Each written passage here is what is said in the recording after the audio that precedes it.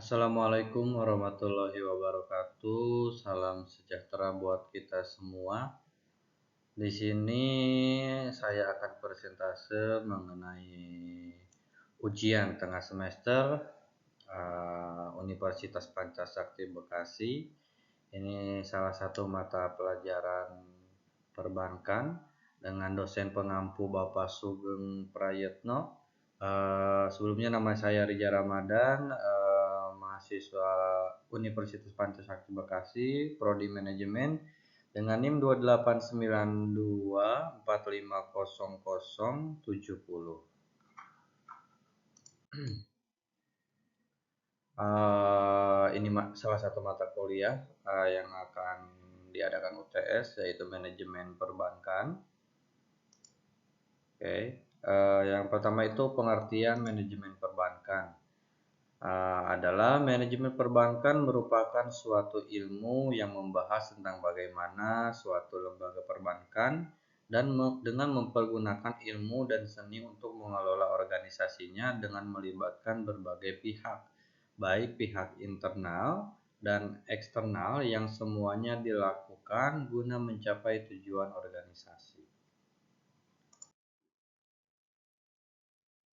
Selanjutnya, tujuan dan fungsi manajemen perbankan. Tujuan utama pengelolaan bank adalah mengkoordinasikan unsur-unsur kegiatan perbankan guna menghasilkan keuntungan. Dengan demikian, manajemen bank memastikan sistem interaksi yang optimal dan organik dari elemen-elemen tersebut. Manajemen perbankan adalah ilmu dan seni dalam mengatur kegiatan pengumpulan dana, penyaluran kredit, dan pelaksanaan lalu lintas pembayaran agar efektif mencapai tujuan. Manajemen perbankan memiliki peranan yang penting dan harus dimiliki oleh semua lembaga keuangan, mengingat segala kegiatan usaha sangat memerlukan sebuah manajemen agar bisa menjadi lebih berkembang. Selanjutnya, ada karakteristik manajemen perbankan. Karakteristik manajemen bank ditentukan oleh faktor-faktor di bawah ini atau di faktor-faktor berikut ini. Yang pertama yaitu keahlian manajemen dalam perencanaan, kemudian fungsi manajemen, analisis strategis, dan pengembangan kebijakan. Selanjutnya manajemen likuiditas. Selanjutnya kualitas perencanaan, kemudian manajemen risiko, kemudian manajemen risiko suku bunga, mata uang, dan kredit. Kemudian manajemen sumber daya manusia, kemudian manajemen sistem kendali 93, kemudian auditing dan audit internal, kemudian pengelolaan profitabilitas dan risiko likuiditas. Kemudian yang terakhir manajemen sistem teknologi, informasi, akuntansi, perencanaan strategis, analisis, dan otomatisasi alur kerja terintegrasi.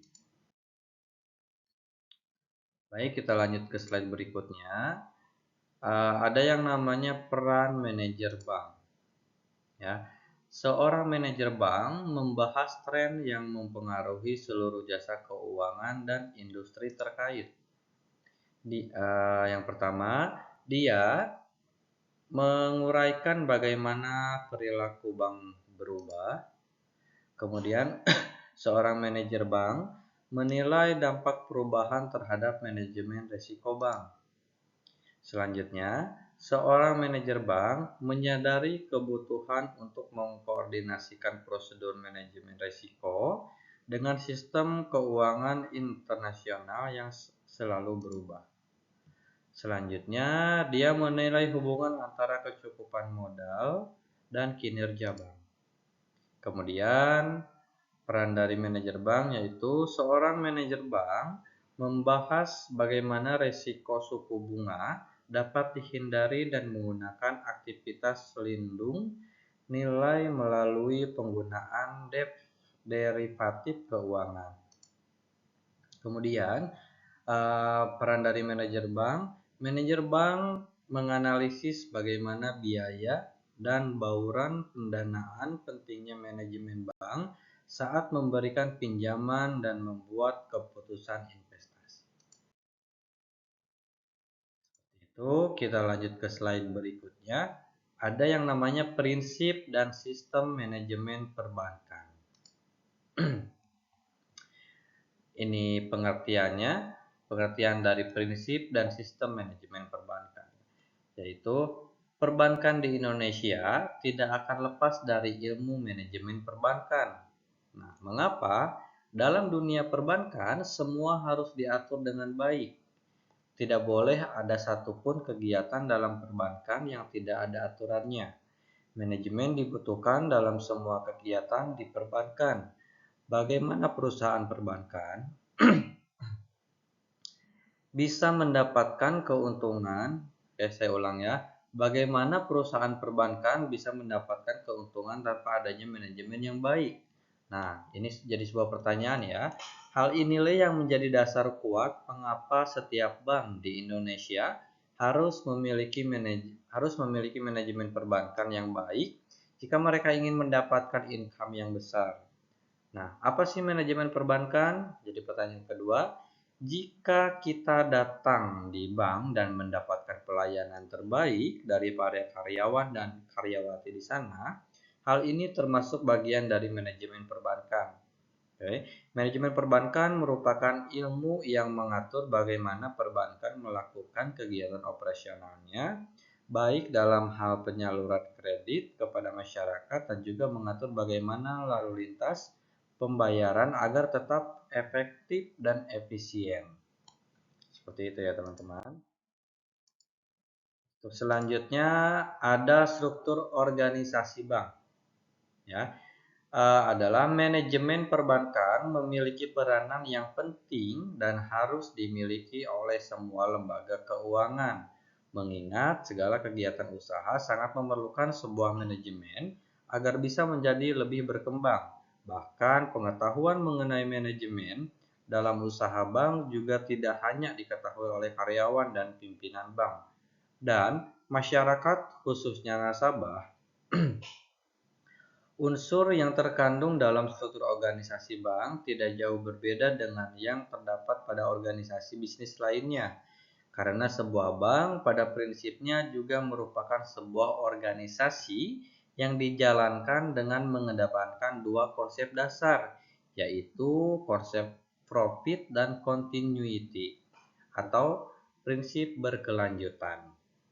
Ya, unsur-unsur yang terdapat dalam struktur 95 organisasi bank meliputi yang pertama adalah pemegang saham, kemudian dewan komisaris, dewan komite direksi, pejabat eksekutif, kemudian karyawan itu sendiri.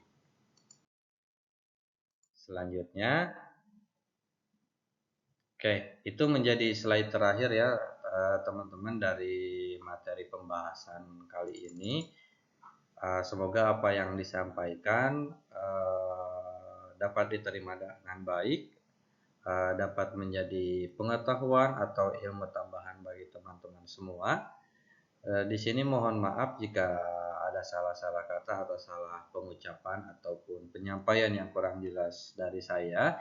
Teman-teman bisa melihat video saya berulang-ulang dengan tentunya membaca lebih jeli dan lebih mencermati apa maksud dari isi apa yang saya sampaikan, apa yang saya presentasikan pada video kali ini. Kurang lebihnya mohon maaf. Sekian dari saya.